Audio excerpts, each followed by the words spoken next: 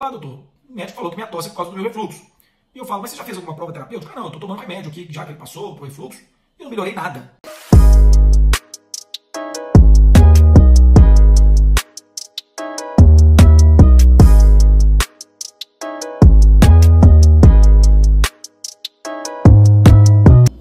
Olá, eu sou cirurgião geral há 20 anos, trabalho aqui na cidade de Ponte Nova, em Minas Gerais,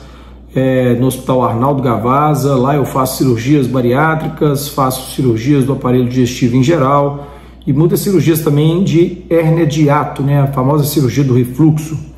Bom, hoje eu queria conversar com vocês um pouquinho sobre uma queixa frequente lá no meu consultório, que é pacientes com uma sintomatologia chamada extraesofágica da doença do refluxo, ou também a chamada sintomas atípicos do refluxo. Então, o que seria isso? São pacientes que têm lá, às vezes, um diagnóstico de doença do refluxo, ou nem mesmo tem esse diagnóstico, às vezes eles já fizeram ali uma endoscopia, e o médico fala que tem ali alguma alteração no esôfago distal, ele está às vezes ali com uma esofagite leve, ou até mesmo não tem alterações no esôfago distal, às vezes ele tem só uma hérnia de hiato pequena, e aí isso é detectado na sua endoscopia, mas ele tem uma queixa ou de dores na garganta, ou de halitose, ou de um desgaste do esmalte dos dentes, ou mesmo ele tem uma queixa de sinusite de repetição, amidalite de repetição, às vezes ele tem uma asma grave ou asma, ele tem às vezes rouquidão, ou às vezes ele tem dor no peito, ou também ele pode ter sintomas de tosse, uma tosse seca, uma tosse constante, uma tosse, um pigarro que o incomodam. Bom, muitas vezes esse paciente ele procura um otorrinolaringologista, afinal de contas ele está com uma queixa na parte da sua garganta, ouvido e nariz. Portanto, ele vai no especialista nessa área, que é o otorrino. E desde a década de 90, vários estudos feitos com pacientes que tinham esse tipo de sintomatologia descobriram que uma parte desses pacientes tem a chamada doença do refluxo. Portanto, esse paciente é portador de refluxo, ele tem também, às vezes, os sintomas do refluxo, que é a pirose, e a regurgitação. Esses sim são sintomas clássicos do refluxo, e ele tem esses sintomas extraesofágicos também, ou a dor no peito, ou a tosse, ou o pigarro, ou a dor de garganta, ou, como eu falei, a halitose, a sinusite de repetição, até mesmo, às vezes, a otite, que é a inflamação dos ouvidos. Enfim, esse paciente ele tem, então, esses sintomas. E ao tratar a doença do refluxo, através do uso de antiácidos, através de medidas para não ter o refluxo, como elevação da cabeceira da cama, não comer até 2 horas e meia antes de deitar, evitar café, evitar bebida alcoólica, evitar fritura, gorduras, evitar chocolate, evitar ficar obeso, e ter aquela gordura visceral, abdominal, ficar com aquela barriguinha saliente que aumenta, a chance do refluxo. Enfim, quando o paciente ele tem essa sintomatologia, faz esse tratamento clínico com essas medidas dietéticas que eu expliquei e faz ainda o uso de uma medicação antiácida potente, e essa medicação tem resultado e o paciente fica bem, ele fala: não, doutor, melhorei demais, eu não estou mais sentindo nada que eu sentia antes, eu parei de tossir, eu parei de ficar com rouquidão, eu ficava rouco o ano inteiro. Bom, esse paciente realmente ele teve o que a gente chama de prova terapêutica positiva e provavelmente essas queixas chamadas extraesofágicas do refluxo são devido ao refluxo mesmo. O que a gente acredita que é importante, que muitas vezes os otorrinos não pedem muito e acabam encaminhando para o gastroenterologista ou até mesmo para o cirurgião do aparelho digestivo, no caso o cirurgião como eu que faz a cirurgia do refluxo, é que a pH-metria está sendo realizada de forma muito rara, ela tinha que ser pedida com mais frequência, porque a pH-metria de 24 horas, esse exame sim, é o exame padrão ouro para diagnóstico do refluxo. A endoscopia, como eu falei, ela só vê indícios de que a pessoa tem refluxo, mas tem 40% de pacientes que têm doença do refluxo e endoscopia normal, não tem alteração nenhuma, e o paciente é portador de refluxo. Assim como às vezes o paciente tem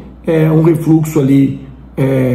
diagnosticado na sua endoscopia, esses sinais ali de esofagite e da hérnia de hiato com esofagite. E, na verdade, os sintomas extraesofágicos que ele tem não são do refluxo, são porque ele tem também concomitantemente alguma doença otorrinolaringológica, ou uma doença alérgica, ou ele tem alguma alteração na sua ouvido, garganta e nariz, que está fazendo ele ter os sintomas que ele está descrevendo. Então não é assim tão impossível o paciente ter duas doenças concomitantes, uma doença otorrinolaringológica e a doença do refluxo.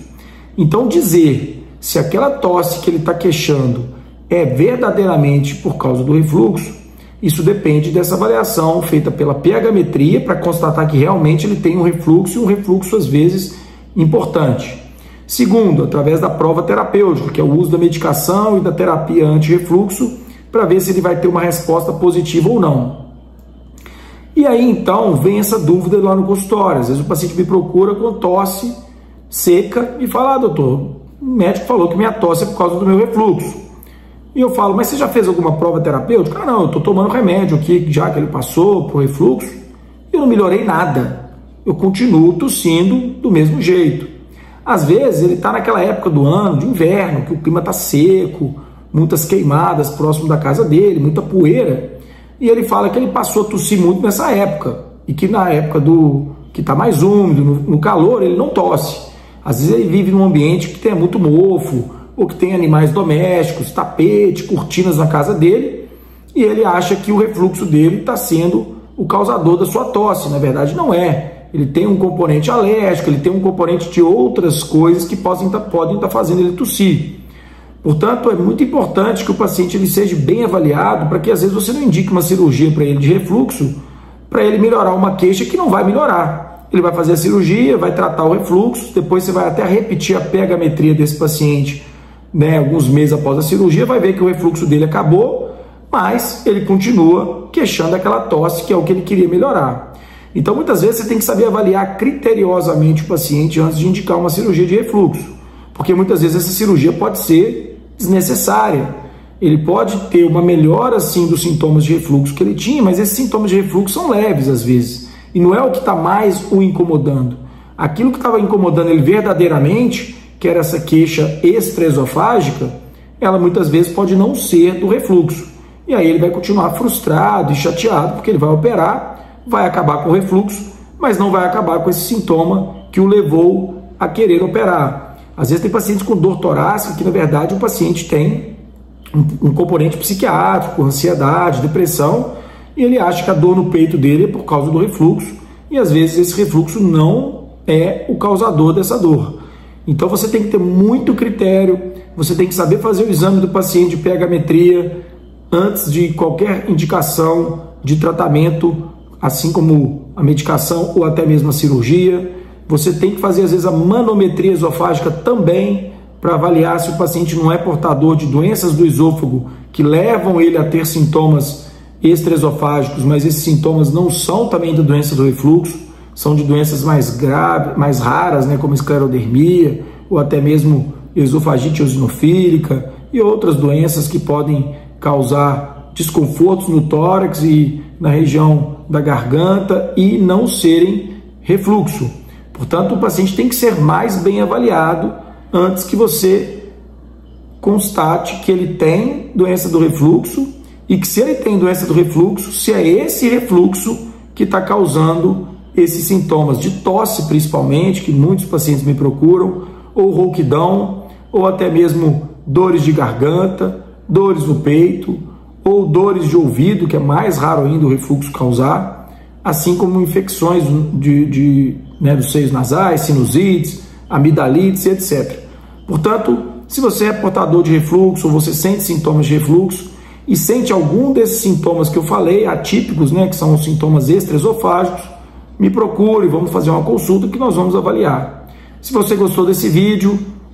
dá um likezinho aí e coloque para você receber mais notificações sobre os vídeos que eu vou colocar aí toda semana, ok? Um grande abraço.